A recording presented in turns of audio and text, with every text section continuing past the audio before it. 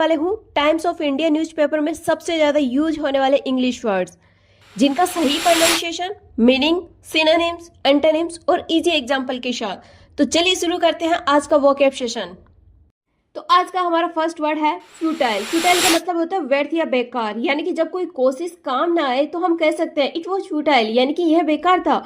Part of speech की बात करें तो ये एडजेक्टिव होते हैं और सिनोनिम्स में क्या होता है, ये यूजलेस और पॉइंटलेस। यूजलेस का मतलब होता है बेकार और पॉइंटलेस का मतलब होता है निरर्थक।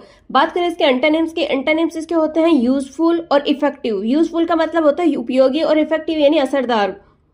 एग्जाम्पल इसका होता है ऑल हिज एफर्ट्स वर फ्यूटाइल, यानी उसकी सारी कोशिशें बेकार गई। अब बात करते हैं नेक्स्ट वर्ड की। तो नेक्स्ट वर्ड है स्क्रैम्बल। स्क्रैम्बल का मतलब होता है जल्दी करना या छीना चिपटी करना। जब कोई चीज पाने के लिए लोग जल्दी भागते हैं या छीना चपटी करते हैं ना, तो उसे हम कहते हैं स्क्रैम्बल।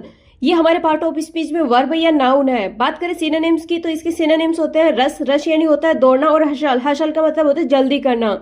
इसी प्रकार बात करते हैं इसके एंटोनिम्स की। एंटोनिम्स इसके होते हैं वेट और ऑर्गेनाइज। वेट का मतलब होता है इंतजार करना और ऑर्गेनाइज का मतलब होता है व्यवस्थित करना। एग्जाम्पल से समझते हैं। इसका एग्जाम्पल होता है people scrambled for free tickets, यानी लोग मुफ्त की जो टिकटें होती है उनके लिए झपट पड़े। आज का हमारा नेक्स्ट वर्ड है बोलस्टर। बोलस्टर का मतलब होता है किसी चीज को समर्थन देना या मजबूत बनाना, या कह सकते हैं सहारा देना। बात करें इसके पार्ट ऑफ स्पीच की तो पार्ट ऑफ स्पीच में ये होता है हमारे वर्ब। अब आते हैं इसके सिनोनिम्स। सिनोनिम्स के क्या होते हैं? सिनोनिम्स होते हैं इसके स्ट्रेंथन और सपोर्ट। स्ट्रेंथन का मतलब होता है मजबूत करना और सपोर्ट का मतलब होता है सहारा देना। इसी प्रकार एंटोनिम्स। एंटोनिम्स इसके होते हैं वीकन और अंडरमाइन। वीकन का मतलब होता है किसी चीज को कमजोर करना और अंडरमाइन का मतलब होता है नीचा दिखाना। एग्जाम्पल से समझे तो new policies will bolster the economy, यानी जो नई नीतियां अर्थव्यवस्था को मजबूत करेगी।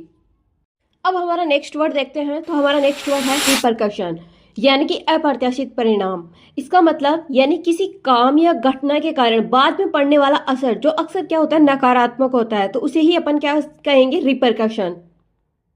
ये हमारे पार्ट ऑफ स्पीच में नाउन है। बात करें इसके सिनोनिम्स की। इसके सिनोनिम्स होते हैं कॉन्सिक्वेंस और इफेक्ट। कॉन्सिक्वेंस का मतलब होता है परिणाम और इफेक्ट का मतलब होता है असर। इसी प्रकार एंटोनिम्स देखते हैं। एंटोनिम्स इसके होते हैं कॉज और रीजन। कॉज का मतलब होता है कारण और रीजन का मतलब होता है कारण या वजह।